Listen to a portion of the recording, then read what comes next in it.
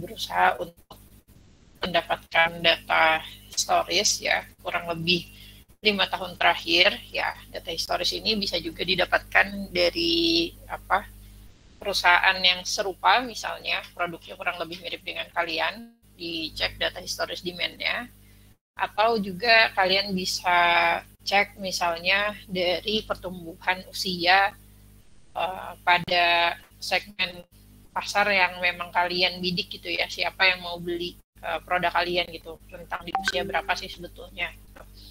Nah itu bisa juga dijadikan sebagai dasar untuk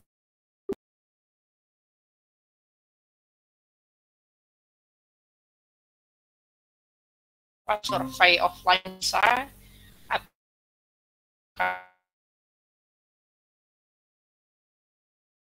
internet ya, data-data yang terpercaya untuk kalian jadikan sumber data untuk melakukan forecasting nantinya. Nah, kemudian langkah yang berikutnya yang kalian bisa lakukan adalah melakukan forecasting dengan beberapa metode time series ya. Nah, forecasting di sini nanti kalian bisa lakukan selama kurun waktu 10 tahun ke depan gitu, seperti itu. Dan dalam melakukan forecasting ini kalian nanti juga bisa menggunakan bantuan software ya, pakai Minitab, disilahkan juga gitu ya, seperti itu.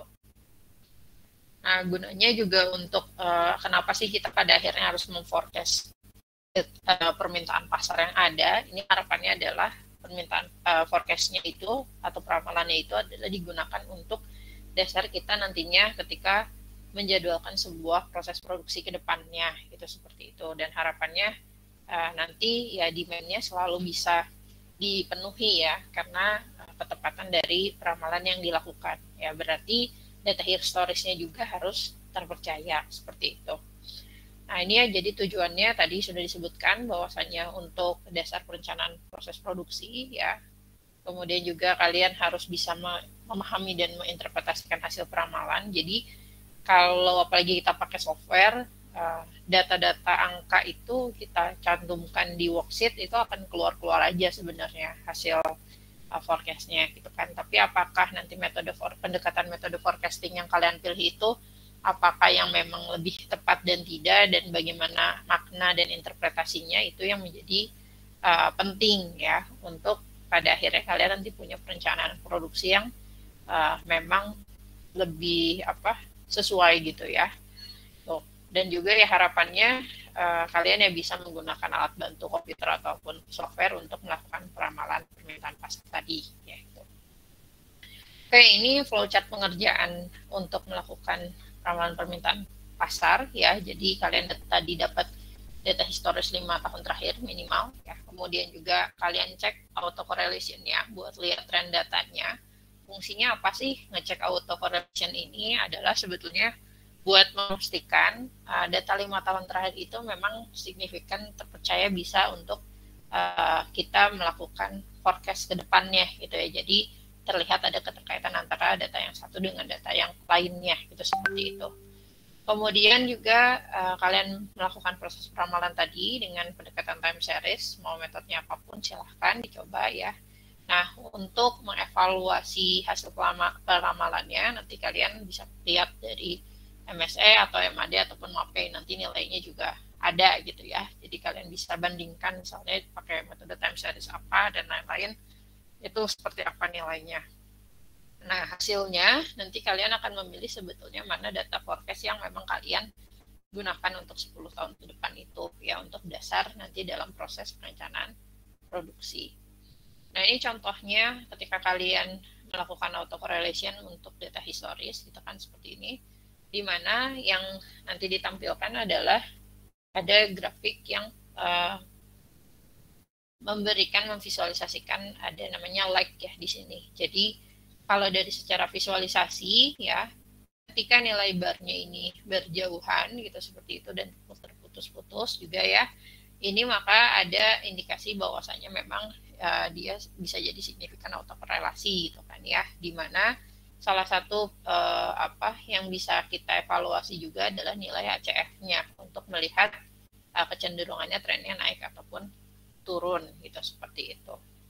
Oke, kemudian setelah kalian tadi cek autokorelasinya, kalian bisa melakukan forecasting dengan metode time series-nya. Ya, kalau di Minitab bisa pakai linear, quadratic, ataupun exponential growth. Nah, di sini kalian tinggal inputkan, kemudian nanti pilih ya di opsinya. Kemudian nanti kita lihat di evaluasi dari nilai ini ya, akurasi measure-nya dari MAP, MAD, ataupun MSD dari ketiga metode yang ada, gitu seperti itu. Nah, setelah kalian tahu sekiranya forecastingnya akan seperti apa, ya kalian juga diminta di 1 minggu depan ini adalah untuk merencanakan market share-nya, ya. Jadi di market share ini kalian harus mencari persen data market share perusahaan kompetitor. Ya, mau tidak mau kalian harus take a look juga kiranya kompetitor yang ada itu ada beberapa orang sih, atau beberapa kelompok atau beberapa perusahaan gitu kan ya. Nah, nanti dikuantifikasikan ya nilainya untuk mendapatkan persen market share ya. Dan nanti baru kita menentukan 9 tahun market share ke depannya. Nah, ini contoh pengkuantifikasiannya. Nah, jadi sama ada atribut-atributnya yang dinilai, kemudian ada bobotnya. Ini kalian mencoba untuk menilai, menjustifikasi ya berapa persentase total nilai yang bisa kita masukkan ke persen market share yang ada gitu ya. Jadi kita punya nilai persaingan yang ada, kemudian kita hitung ke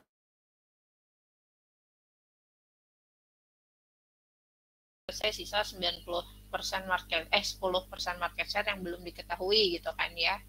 Dengan asumsinya misalnya bisa jadi 10% itu terdiri dari beberapa jenis kompetitor ya. Ada yang kompetitor setara, inferior, ataupun superior gitu. Nah, nanti kalian bisa estimasi kiranya kalau misalnya perusahaan kalian sendiri ini akan mungkin punya market share-nya itu berapa sih gitu ya, seperti itu dengan kompetitor yang ada. Jadi ini silahkan nanti diperhitungkan. Itu jadi ada 2 hal yang dikerjakan ya. Mungkin berikutnya kalau saya mungkin mau highlight sedikit aja. Saya yakin juga kalian udah pada bisa ya untuk melakukan forecasting di Minitab-nya ya. Jadi ya nanti tinggal diisikan aja di worksheet-nya ya, tahun dan juga misalnya rekapan demand-nya seperti apa. Kemudian kalian ya tinggal pakai di sini time series, kemudian trend analysis ya. Di sini pilih misalnya tadi mau linear dulu, dicobakan misalnya generate forecast berapa 10 tahun ke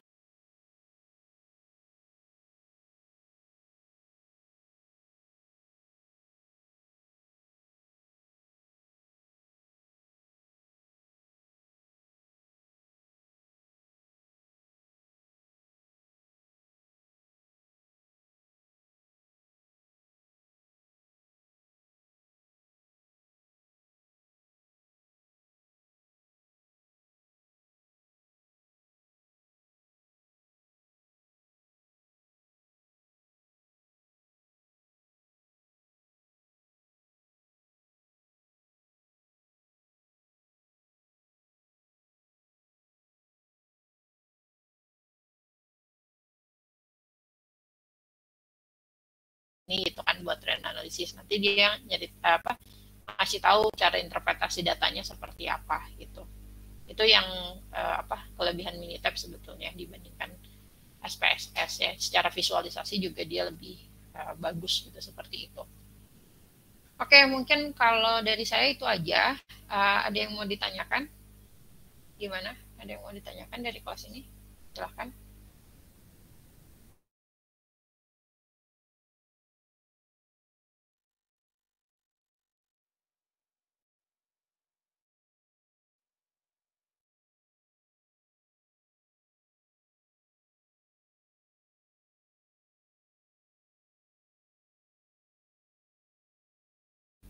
Gimana?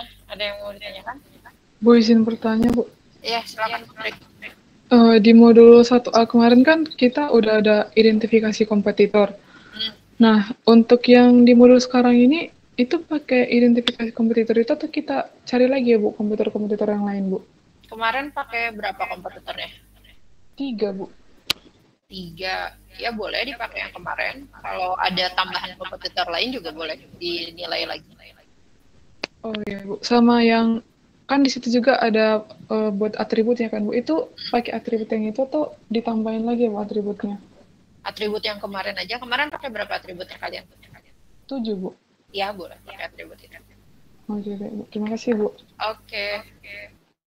Ada lagi yang lain yang mau ditanyakan?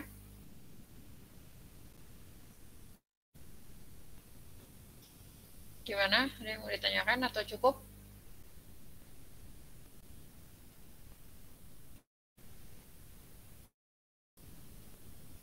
Faruk, ada Faruk? Ada Bu. Ada yang mau ditanyakan nggak? Atau ada kendala nggak kelompoknya? Kalau untuk kendala nggak ada sih Bu. Kalau untuk pertanyaan mungkin nanti jika bingung ketika pengerjaannya Bu. Oke, sip, kasih. Oke, mungkin kalau tidak ada yang ditanyakan di kelas, nanti ya silahkan bertanya sambil berjalan mengerjakan, gitu seperti itu. Kemudian nanti saya rasanya mau minta tolong ke Aulia ya, untuk isi berita acara perkuliahan mungkin diisi akad ya dari pertemuan pertama. Rasanya saya masih belum set kemarin siapa yang perlu isi gitu. Ya. Oke, mungkin itu aja dari saya. Saya akhiri, semoga lancar pengerjaannya. Ya, kalau untuk sejauh ini sih yang minggu kemarin rasanya nggak ada yang terlambat ya untuk kelas ini juga. Oke, mungkin itu aja. Saya akhiri. Wassalamualaikum warahmatullahi wabarakatuh. Selamat pagi semuanya. Selamat pagi Bu.